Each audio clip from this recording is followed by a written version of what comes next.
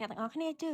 ថាការលោភលន់ណាតែងតែនាំភាពវិនាសមកដល់ខ្លួនយើងដូចជាបុរសនៅក្នុងរឿងនេះអញ្ចឹងមានប្តីប្រពន្ធមួយគូដែលរស់នៅកសិដ្ឋានដែលឆ្ងាយដាច់ស្រយាលពីអ្នកភូមិដទៃដែលបុរសដែលជាប្តីក៏គឺជាមនុស្សកាចចិត្តក្តៅហើយមិនថាប្រពន្ធគាត់ធ្វើអីក៏អត់ដែលពេញចិត្តដែរគាត់តែងតែជាស្ដីនិងធ្វើបាបប្រពន្ធគាត់ជានិច្ចឯនារីដែលជាប្រពន្ធវិញក៏គឺជាមនុស្សស្រីដែលស្លូតអញ្ចឹងតែគាត់ក៏ខំមាត់សង្កត់ចិត្តទ្រាំរស់នៅជាមួយប្តីគាត់អស់រយៈពេលជាច្រើនឆ្នាំមកហើយនៅថ្ងៃមួយពួកគេក៏បានសម្រេចចិត្តជាអណ្ដូងនៅក្បែរផ្ទះដើម្បីយកទឹកមកប្រើប្រាស់ពេលដែលជិះរួចរាល់នោះស្រាប់តែដីបាតអណ្ដូងនោះក៏បានបាក់ផុងធ្លាក់ចុះទៅក្រោមផ្នែកជារូងមួយយ៉ាងជ្រៅហើយងងឹតរហូតដល់មើលបាតអណ្ដូងមិនឃើញបែបនេះពួកគេក៏មានការឆ្ងល់យ៉ាងខ្លាំងបរិបទដែលជាប្តីក៏បានដេញឲ្យប្រពន្ធទៅផ្ទះដើម្បីយកពិលដើម្បីយកមកបញ្ចាំងមើលថាតើមានរឿងអ្វីកើតឡើងនៅបាតអណ្ដូងនោះពេលបានពិលមកដល់គាត់ក៏បានយកវាចងជាមួយខ្សែហើយទម្លាក់ចូលទៅក្នុងអណ្ដូងគាត់បានបង្ហុកខ្សែវែងទៅ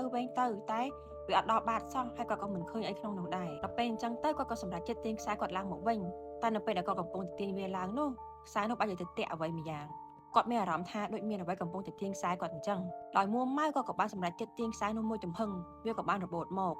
នៅពេលដែលគាត់ទាញខ្សែនោះឡើងមកដល់លើគាត់បែរជាមិនឃើញពិលដែលគាត់បានចងទម្លាក់ទៅនោះទេតែវាចំនួនដល់កាបូបមួយទៅវិញដោយចម្លែកចិត្តយ៉ាងខ្លាំងគាត់ក៏បានបើកកូនកាបូបមួយនោះមើលដែលនៅក្នុងនោះមានសុទ្ធតែកាក់មាសនិងនៅលើកាក់មាសនោះមានក្រដាសមួយបុរសនោះក៏បានលើកយកក្រដាសនោះមកអានតែវាសុទ្ធតែជាអក្សរចម្លែកដែលគាត់មើលមិនយល់នោះទេគាត់ក៏មិនចាប់អារម្មណ៍គាត់ក៏បានបោះចោលវាទៅហើយគាត់ក៏មករំភើបចិត្តជាមួយនឹងមាសដែលគាត់ឃើញនៅក្នុងកូនកាបូបនោះវិញពេលដែលគាត់មើលទៅមាសនោះគាត់ក៏នឹកឃើញថាគ្រាន់តែគាត់ទម្លាក់ពិលទៅមួយគាត់បានមាសមួយកូនកាបូបទៅហើយចុះបើគាត់ទម្លាក់ពិលទៅច្រើនជាងហ្នឹងនឹងបានប៉ុណ្ណាទៅគាត់ក៏សម្រេចចិត្តទៅផ្សារដើម្បីទិញពិលមកបន្ថែមតែមុននឹងគាត់ទៅគាត់ក៏បានបញ្ជាប្រពន្ធគាត់យ៉ាងដាច់អហង្ការថាឲ្យអង្គុយយាមអណ្ដូងនេះឲ្យល្អតែនៅពេលដែលបរិបទដែលជាប្តីបានធ្វើដំណើរទៅផ្សារបាត់រីដែលជាប្រពន្ធនោះមិនដឹងថាគាត់នឹកឃើញអីគាត់ក៏បានដើរតម្រង់ទៅផ្ទះហើយក៏បានបើកទូសៀវភៅយកសៀវភៅវចនានុក្រមមួយក្បាលនិងដើរទៅផ្ទះបាយដើម្បីយកសាច់មួយដុំហើយក៏ត្រឡប់មកអណ្ដូងវិញពេលមកដល់អណ្ដូងវិញគាត់ក៏បានយកសៀវភៅវចនានុក្រមនិងសាច់មួយដុំដែលគាត់យកមកពីផ្ទះនោះដាក់ចូលទៅក្នុងធុងហើយយកខ្សែមួយចងនិងទម្លាក់ចូលទៅក្នុងអណ្ដូងងងឹតនោះមួយសន្ទុះក្រោយមកគាត់ក៏បានសម្រេចចិត្តទាញធុងនោះឡើងមកវិញតែគាត់មានការភ្ញាក់ផ្អើលយ៉ាងខ្លាំងព្រោះវាមានទម្ងន់ធ្ងន់ខ្លាំងមែនទែនតែអ្វីដែលគាត់កាន់តែភ្ញាក់ផ្អើលខ្លាំងជាងនឹងទៅទៀត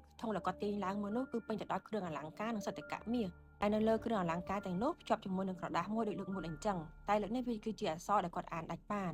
ដែលសរសេរថាទម្លាក់មហូបមកទៀតមក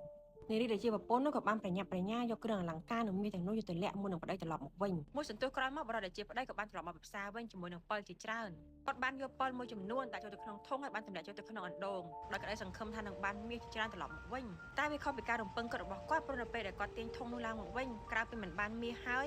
វាមានត្រឹមតែជាពិលដែលគាត់បានទម្លាក់ទៅហើយវាបានខូចអស់ទៀតផង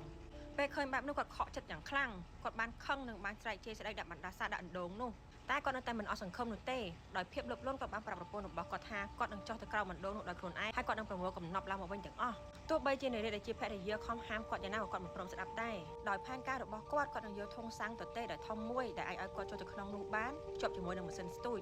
ហើយឲ្យប្រពន្ធគាត់ដែលនៅខាងក្រៅចុចតេឡេទម្លាក់គាត់ចូលទៅក្រោមជាមួយធុងសាំងនោះក្រោយពីរៀបចំបានរួចរាល់គាត់ក៏បានចូលទៅឈរនៅក្នុងធុងសាំងដែលរៀបមិនទម្លាក់នោះគាត់ក៏បានបញ្ជាទៅប្រពន្ធគាត់ថាបន្ទាប់ពីគាត់ចុះទៅបាន10នាទីឲ្យទាញគាត់ឡើងមកវិញប្រពន្ធរបស់គាត់បានស្ដាប់បញ្ជាប្តីរបស់គាត់ទាំងយកចិត្តទុកដាក់ហើយគាត់ក៏បានចុចកងតាក់ពេលនោះគាត់ក៏បានសម្លឹងមើលទៅប្តីរបស់គាត់ដែលចុះទៅជាមួយធុងសាំងនោះយ៉ាងយឺតគ្រប់យ៉ាងស្ថិតនៅក្នុងភាពស្ងប់ស្ងាត់នារីដែលជាប្រពន្ធនោះបានឈរសម្លឹងមើលទៅនាឡិកាបន្ទាប់ពីគ្រប់10នាទីនាងក៏បានចុចកងតាក់ដើម្បីទាញយកប្តីនាងឡើងមកវិញ